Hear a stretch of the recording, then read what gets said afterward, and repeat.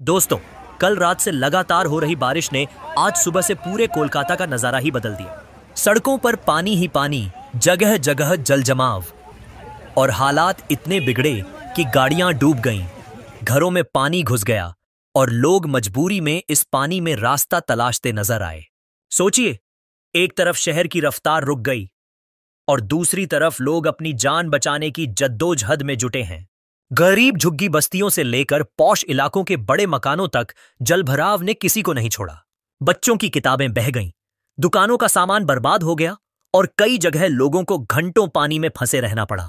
कुछ लोग इस पानी को तैरकर पार करते दिखे, तो कुछ लोग छतों पर खड़े होकर मदद का इंतजार करते रहे।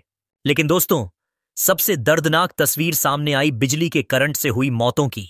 अब तक की रिपोर्ट्स के मुताबिक तकरीबन 6 लोगों की जान सिर्फ इलेक्ट्रिक शॉक से चली गई है। इनमें एक 60 साल के बुजुर्ग भी शामिल हैं। खिदिरपुर से 52 साल के जितेंद्र सिंह का नाम भी सामने आया है, जिनकी मौत करंट लगने से हुई। लेडीज पार्क के पास का हादसा तो दिल दहला देने वाला रहा। यहां एक शख्स को करंट लगा और लोगों ने उसे तुरंत नजदीकी चितरंजन हॉस्पिटल पहुंचाया, लेकिन हालात इतने खराब थे कि डॉक्टरों को बाहर पानी में खड़े होकर ही उसका चेकअप करना पड़ा और अफसोस, उसे मृत घोषित कर दिया गया। जरा नजर डालिए इन नजारों पर। कहीं गाड़ियां डूबी हुई, कहीं बच्चे पानी में खेलते हुए दिख रहे हैं, लेकिन इस खेल के पीछे छुपा है बड़ा खतरा। इसी बीच शहर के मेयर फरहाद हाकिम ने बताया कि सिर्फ 6 घंटे की बारिश में 300 मिलीमीटर से ज्यादा पानी गिरा है। यही वजह है कि नहर और नदियां पहले से ही ओवरफ्लो हो चुकी थीं, और जब नहर और नदी उफान पर हों तो शहर की नालियां पानी रोक नहीं पाती। यही वजह है कि जगह जगह जलभराव हुआ। मेयर ने साफ कहा है कि जब तक प्राकृतिक तौर पर पानी का बहाव कम नहीं होगा और नदियों का उफान नहीं थमेगा, तब तक शहर के लोग राहत की उम्मीद नहीं कर सकते। इसके साथ ही मेयर फरहाद हाकिम ने शहरवासियों से खास अपील की है। उन्होंने कहा है कि बिना जरूरत के कोई भी घर से बाहर न निकले, क्योंकि पानी में करंट का खतरा अब भी बरकरार है और जरा सी लापरवाही जानलेवा साबित हो सकती है। अब सवाल उठता है, क्या हर बार बारिश के साथ कोलकाता को यही तस्वीर देखनी पड़ेगी? क्या हर साल लोगों को इस पानी और मौत के डर के साए में जीना होगा? ये तस्वीरें हमें यही सोचने पर मजबूर करती हैं कि जब शहर की व्यवस्था पानी के सामने बार बार ढह जाती है, तो आम जनता की जिंदगी सबसे बड़ी कीमत चुकाती है। आज भी कोलकाता की सड़कों पर वही हालात हैं, पानी का सैलाब, करंट का खतरा और लोगों की बेबसी। और अब आइए सुनते हैं मेयर फरहाद हाकिम का क्या कहना है। এরকম মেঘভাঙা বৃষ্টি দেখিনি। আমি খবরের কাগজে পড়ছিলাম উত্তরাখণ্ড, কাশ্মীর, ওইসব জায়গায় নাকি এরকম মেঘভাঙা বৃষ্টি হয়। আজকে সেটা কলকাতায় দেখলাম যে 5-6 ঘন্টায় 300 মিলিমিটার বা তার বেশি বৃষ্টি। এটা একটা ভয়াবহ বৃষ্টি, যেটা এর আগে কোনোদিন আমরা দেখি। এই বৃষ্টির ফলে হয়েছে সমুদ্র উত্থাল, নদীতে টগমগ জল যাচ্ছে না, নদীর ফলে আমাদের যে ক্যানেল সেগুলো সব ভরে রয়েছে। আমরা পৌরসভার থেকে সব জল ফেলছি ক্যানেলে, কিন্তু সেটা আবার ব্যাকফ্লো হয়ে চলে আসছে। আমরা লক গেট গুলো খুলে দিয়েছিলাম, কিন্তু সেখান থেকেও ব্যাকফ্লো হয়ে চলে আসছে।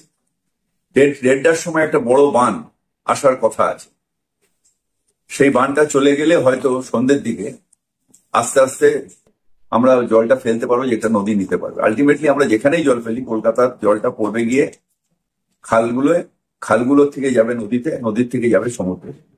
এই সবটাই ভরে রয়েছে, টুইটুম্বুর হয়ে রয়েছে। আমি কলকাতাবাসীকে বলবো, আজকের দিনটা দয়া করে বাড়ি থেকে বেরোবেন। অনেকগুলো জায়গায় এরকম বেরিয়ে বিদ্যুৎ পৃষ্ঠ হয়েছে, যেখানে আমাদের লাইটগুলো জ্বলছিল না, কিন্তু যাই হোক, কোনো মিটার ঘর নিচে ছিল, কোথাও রাস্তার ধারে ফ্রিজ ছিল। এগুলো সব থেকে বেশি বৃষ্টি হয়েছে গড়িয়ার দিক থেকে নিয়ে ওই সমস্ত জায়গায়। 109 নম্বর ওয়ার্ড, 108 নম্বর ওয়ার্ড, 106 নম্বর ওয়ার্ড, এই জায়গায় বৃষ্টি হয়েছে। 109, 108-এ তো ড্রেনেজ সিস্টেম নেই।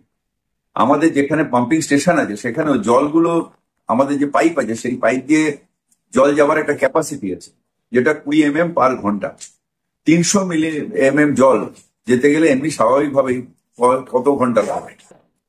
আর সেই জলটা ফেলছি যখন ক্যানেলে, সেই জলটা আবার ব্ল্যাক ফ্লো হয়ে চলে আসছে, কারণ সব ভর্তি চারিদিকে, কলকাতার চারিদিকে নদী নালা যত আছে সব ভর্তি হয়ে গেছে। তো এই জলটা যতক্ষণ না ন্যাচারালি কমে যাবে, নদী নালার জলটা যতক্ষণ না সমুদ্রে গিয়ে পৌঁছবে, ততক্ষণ এই জলটা কমবে খুব আস্তে আস্তে। তাই আমরা সবাই প্রতীক্ষা করছি, আমাদের পুরো টিম সকাল থেকে লেগে আছে। আমার MMIC তারক সিং, আমাদের কমিশনার, আমাদের SOTID সবাই রাস্তায় রয়েছে। আমিও রাস্তায় ঘুরে এসে এই কন্ট্রোল রুমে এলাম। আমরা প্রাণপণ চেষ্টা করে যাচ্ছি, কিন্তু প্রকৃতির হাতে আমরা সবাই একেবারে অবশ। আমরা প্রকৃতির সাথে লড়াই করতে পারি না। এই অবস্থায় সাধারণভাবে যদি বৃষ্টি হয় কলকাতায় জল জমার কথা নয়, যেভাবে পলি পরিষ্কার হয়েছে, কিন্তু একটা অ্যাবনর্মাল বৃষ্টি হয়েছে। আর মানুষ, আমাদের যে কনজারভেন্সি ওয়ার্কারদের বলবো যে গালিপিট গুলোকে পরিষ্কার করে দিলে যে প্লাস্টিক গুলো গিয়ে জমছে, বা পুজো কমিটির সামনে যে প্লাস্টিক গুলো গিয়ে জমছে, সেইগুলোকে পরিষ্কার করে দিলেও আস্তে আস্তে জলটা কিছুটা হলেও কমে যাবে। অনেকগুলো জায়গায় কমে গেছে অলরেডি। আর আমি বিশ্বাস করি যে যদি আরো প্রবল বৃষ্টি না হয় তাহলে আজকে রাত্রির মধ্যে জলটা বেশিরভাগই জায়গায় নেমে যাবে।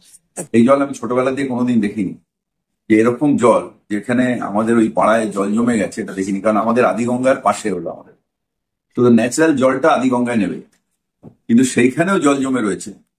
আদিগঙ্গা জল নিতে পারছে না, পুরো ভরে রয়েছে। এটা আমি ছোটবেলার থেকে দেখিনি।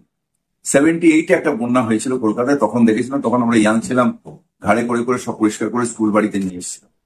এখন অনেক জায়গায় যারা গরিব মানুষ রাস্তার ধারে বা যারা লো লাইন এলাকায় থাকে তাদের অনেক স্কুলগুলো খুলে দেওয়া হয়েছে, সেখানে রয়েছে। আমরা কর্পোরেশন থেকে এবং থানার থেকে বলা হয়েছে যে খাওয়া দাওয়ার ব্যবস্থা করে দিন। কিন্তু জল যদি আর বৃষ্টি না হয়, আমরা আশা করছি আজকে রাত্রির মধ্যে জলটা নেমে যাবে।